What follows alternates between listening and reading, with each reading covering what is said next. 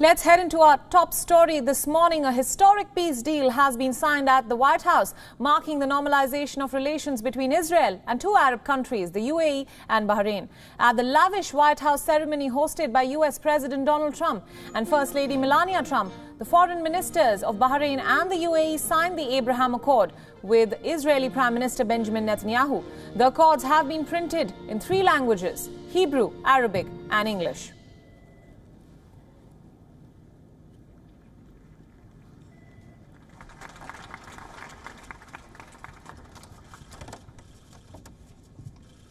The President of the United States, the Prime Minister of the State of Israel, and His Highness, the Minister of Foreign...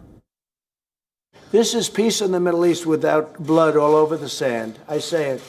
Right now, it's been blood all over the sand for decades and decades and decades. That's all they do is they fight and kill people, and nobody gets anything.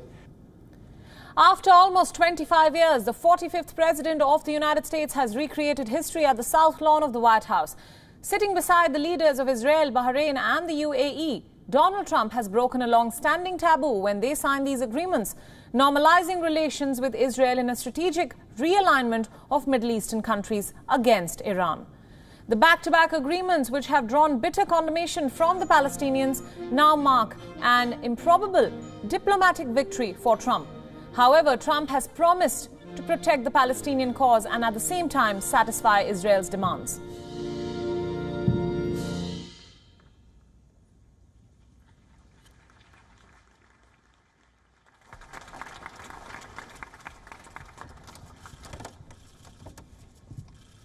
The President of the United States, the Prime Minister of the State of Israel, and His Highness. Yeah, I think they come along, and they're already, obviously we speak to them. They've come a long way. We used to pay them $750 million a year when I got here, and I said to people that negotiated with them before, why did you pay when they treat the United States with such disrespect? They speak so badly. Death to America, death to Israel. I said, we give them $750 million a year. I said, why didn't somebody cut off those payments? Well, we didn't think it would be appropriate. I said, well, I do. And I cut off the payments to them, as you know. But other countries give them money. You're dealing with very rich countries. And these countries are now all signing with us. We spoke with the Crown Prince. So we've made tremendous strides. And this is peace in the Middle East without blood all over the sand. I say it. Right now, it's been blood all over the sand for decades and decades and decades. That's all they do is they fight and kill people, and nobody gets anything. And this is strong peace, really strong peace. And it's a different way. We went in the back door, but I call it going in the very smart door. We went in the smart door, and we're getting people, and the Palestinians will absolutely be a member. I don't say that with any bravado. I just tell you the Palestinians will be a member at the right time. At the right time.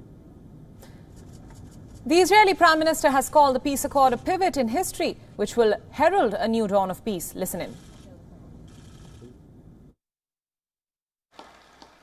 And the blessings of the peace we make today will be enormous.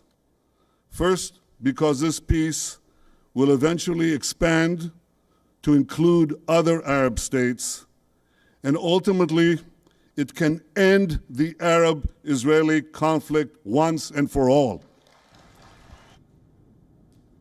Now, Jagriti Dave joined us earlier from Washington, D.C., and she tells us about the significance of this move before the upcoming U.S. elections. Listen in.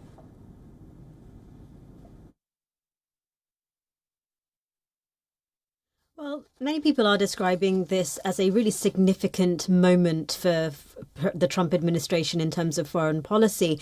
And Bahrain and the UAE are only the 3rd and 4th countries to normalise relations with Israel after Egypt and Jordan. So in that sense, it really is a very significant moment. The deal itself, the accord itself, signed at the White House. The president there, the clips that you played suggested that other Arab nations will follow, though he didn't say which. And really, the significance, some commentators are saying that, what will be really significant is looking at what Saudi Arabia does. And if it, as a major player in the region, decides to follow in UAE and Bahrain's footsteps. They haven't intimated that they are going to do so, but some suggest that, Bahrain's involvement was sort of done with the blessing of Saudi Arabia. So it'll be interesting to see really how it reshapes the region.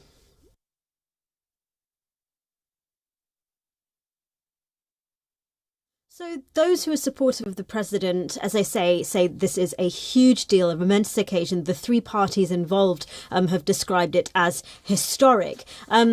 And it will be supported by many of those within the United States who are supportive of positive actions towards Israel. So that would be evangelical Christians in particular.